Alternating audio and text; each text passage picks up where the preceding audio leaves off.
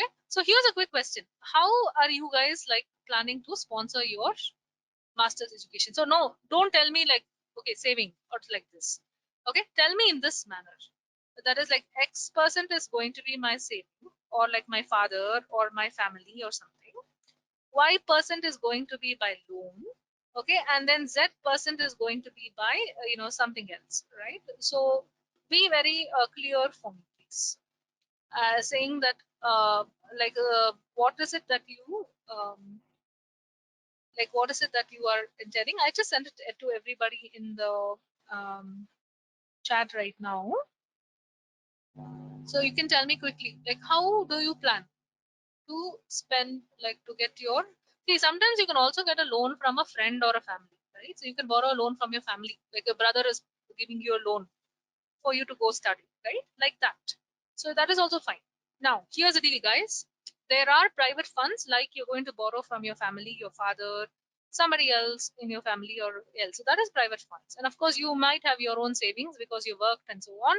So that is something that's there. So that is a private funds.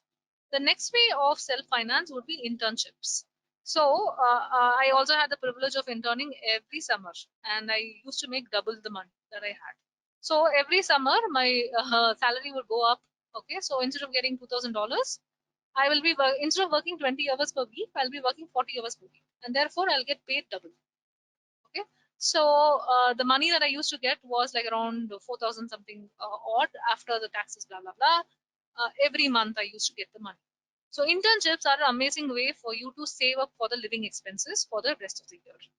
Okay, assistantships, I'll talk about it. Assistantships are also another means of like funding yourself, like how I did a research assistantship throughout. On-campus work is another thing. I did an on-campus work also before for a couple professors before like getting my research assistantship. So, and I know people who worked in libraries, bookstores, campuses, etc., etc. So those are ways by which you can finance by yourself without depending on other people. Then let's say that you have to depend on other people. Who can you depend on? Obviously the banks. So banks in your own country, banks abroad. So there are two options. Non-banking financial corporations are the new Bs, right? For example, Prodigy Finance, Credila, Incred. So these are all new companies which will give you money at different interest rate based on your profile and then accordingly help you. Then we also have college-specific loan providers. What is the meaning? So, for example, University of Michigan has University of Michigan Credit Union. So, if you want, I could borrow money from University of Michigan Credit Union. They also had a tie-up with Citibank, so you could also get the money from Citibank from there. And then the other one, which is there, is the college fund. So, what is the meaning for this is University of Michigan will give its own fund to its students and let them borrow at a lower rate so that they can pay it back later. Okay, so the college itself has a lot of money which it gives to its own students for their like funding. So these are all examples of loans. Then of course you have scholarships, and when I say college specific, I'm talking about grad school college specific scholarships. So every school will have its own scholarships and fellowships. All of these scholarships and fellowships will come with stringent conditions. Example, they'll say that this scholarship will only go to an Indian woman in the automotive sector. Okay, that's like an example. Or this is only for people with certain criteria can apply. So these all come with their strings attached. It is not easy to get the college specific scholarships and fellowships. Example can be a Fulbright scholar. Example can be the Knight Hennessy scholar at Stanford. Very hard to get it. Okay. But see, whenever you guys are applying, you will automatically be considered for the department scholarships, department level scholarships. Again, department level scholarships are tough to get in. So scholarships is fully what we call as merit based.